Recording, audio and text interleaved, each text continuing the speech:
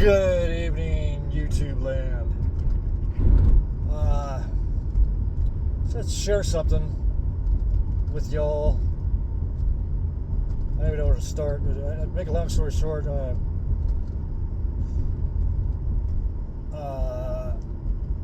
family member is a stepfather. I'm not going to say who that is. If you watch my channel enough, you probably know who he is. He's a stepfather. Became a stepfather to this child when he was. What the hell is going on with this thing? My goodness. It's only cruise control. Anyhow, he became a stepfather to a young man, a boy. The boy was age 5. Unbroken.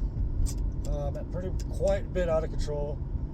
Kid's going to be 11 in July. He's 10 right now. And I've been hearing a bunch of crazy shit about him that he's doing and acting out for quite some time now, probably quite a while now. Like we're years. And I just never, done much about it. I try to give some advice.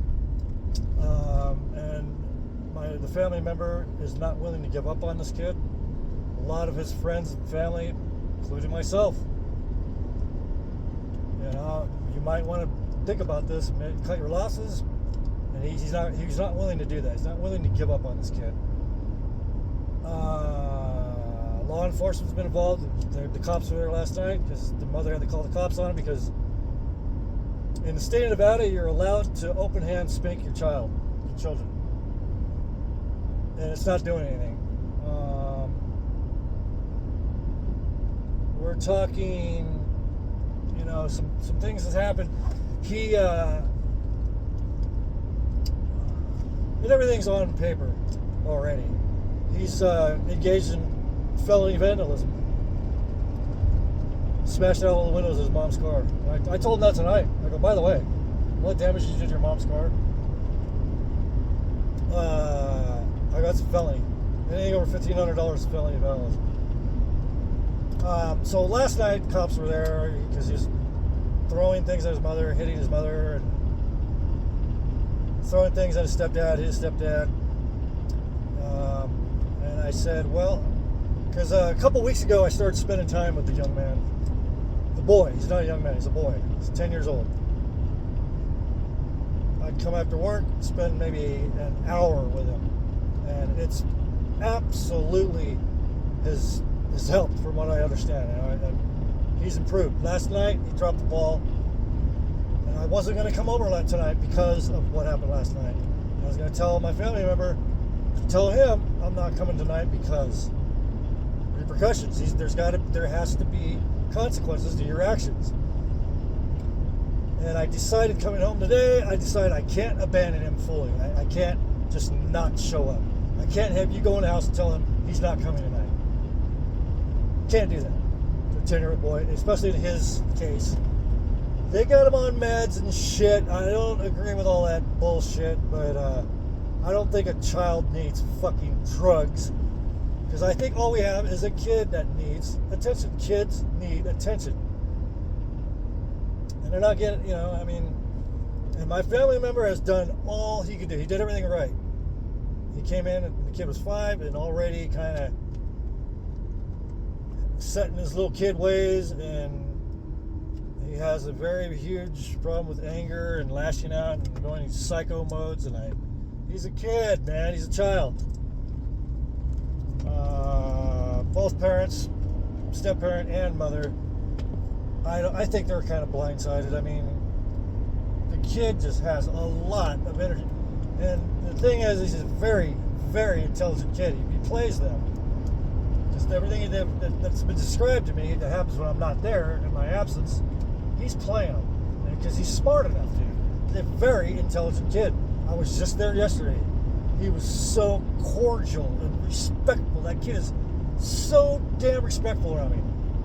And after what happened last night, cops, everything, and him doing all that shit, I decided to show up, and I stayed in the car. And he said, "Get out of the car, come on, let's go do something." I'm like, I can't. can't get out of the car. Because why? I go, I got a negative report on you this morning, you know, and what happened last night? And he goes, I was bad. I was bad to my parents, bad, you know. I go, I can't reward you with a poor behavior like that. I go, I'm only gonna be here for a few minutes, and I gotta leave. I told him, I wasn't gonna come over tonight, and I explained to him why I wasn't. I go, but I go, you know, I'm not just here to be your grandpa. I'm here to help you. I want to see you succeed. I need to see you succeed. I need to see you respect both of your parents. Stop telling them to fuck off. Stop telling them, throwing things at them and hitting them, screaming at them. I need you to respect your parents. And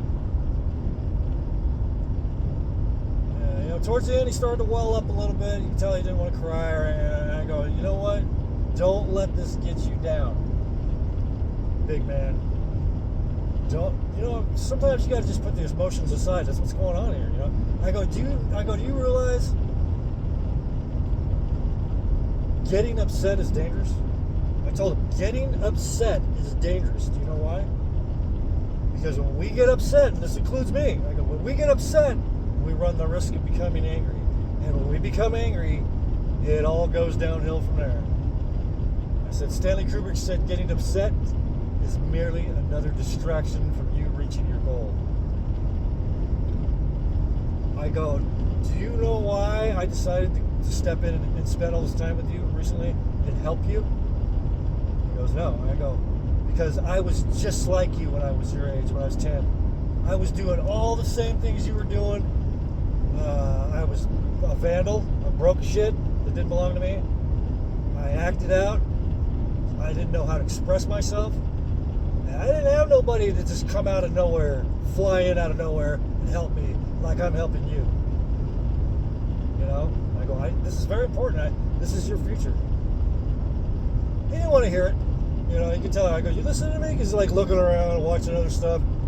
I go, you listen to me?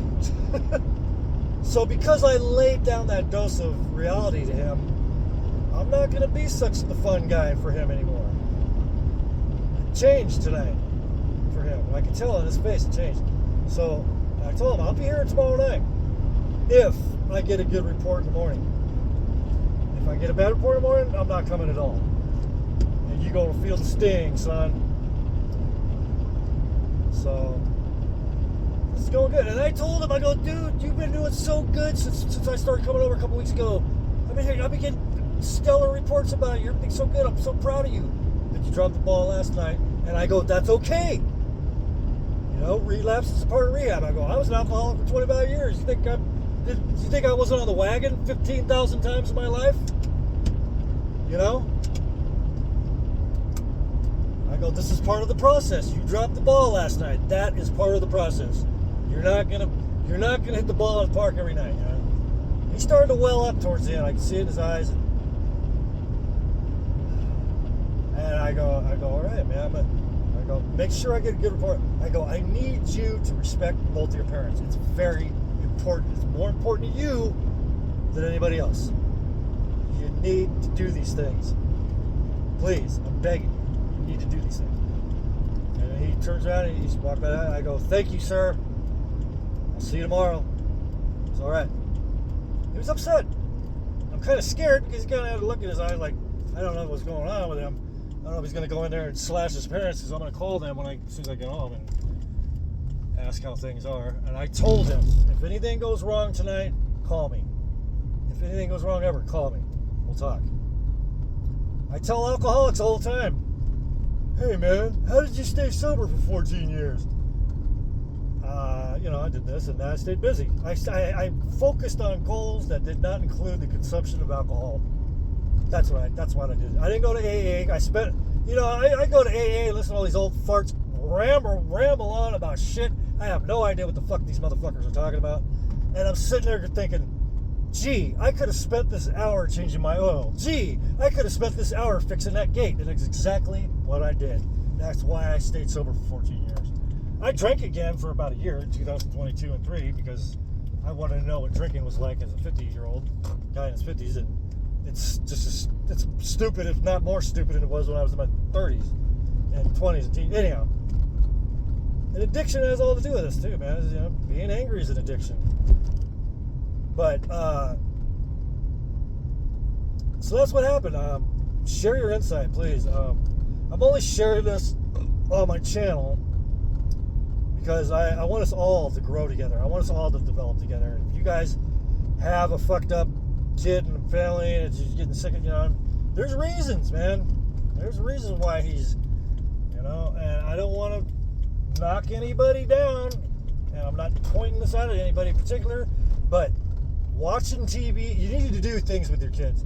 You need to do activities with your kids. They need your fucking attention. 200 years ago, children had no choice. Children had all of their parents' attention. Children weren't sent away daily, 5 days a week, to spend 6 hours with an agent of the state. An agent of the state being school teachers, policemen, and politicians. Those are agents of the state, the military. Teachers, all these motherfuckers. 200 years ago, children spent all day with their parents. They got more than enough attention from their parents. And the attention they got from their parents was, get water or we're going to die. Pick those berries or we're going to die. Help me skin this buck or we're going to die. Everything 200 years ago was, we're going to do this or we're going to fucking die.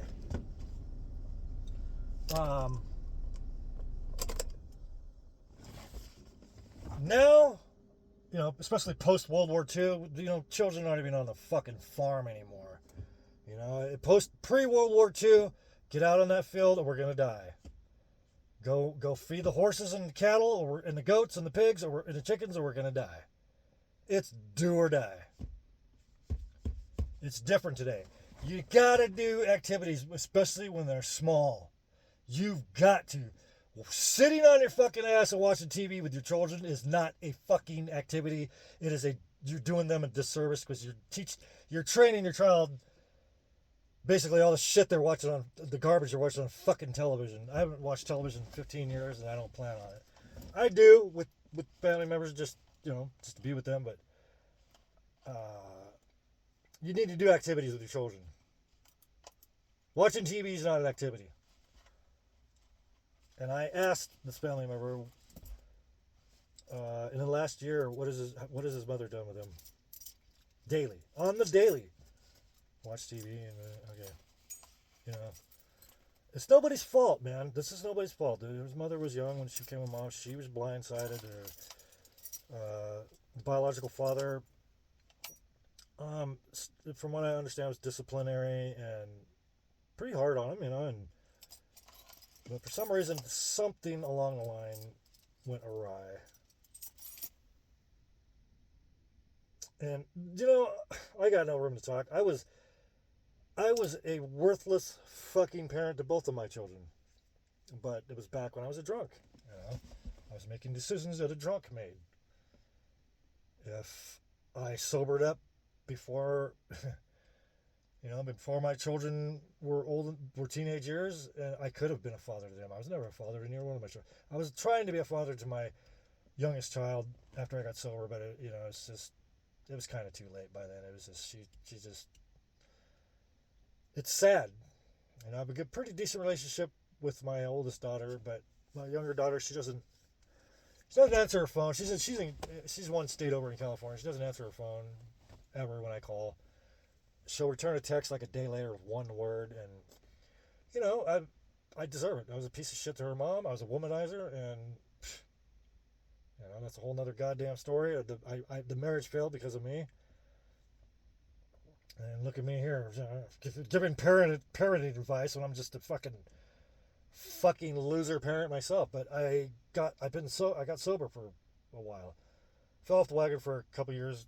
Last 22 and 23, but I've been sober again. My new sober date is December 9th, 23, and I been sober just over a year now again. Alcohol is one of the most garbage fucking drugs that I know of. Oh, but it's legal. So share your insight on this. I don't want to go too long. 15 minutes, Jesus, I yacked away too long. Talk about it. Let's let's have a conversation. This is important. This is our children. This is our fucking future. That's all I got to say. God bless.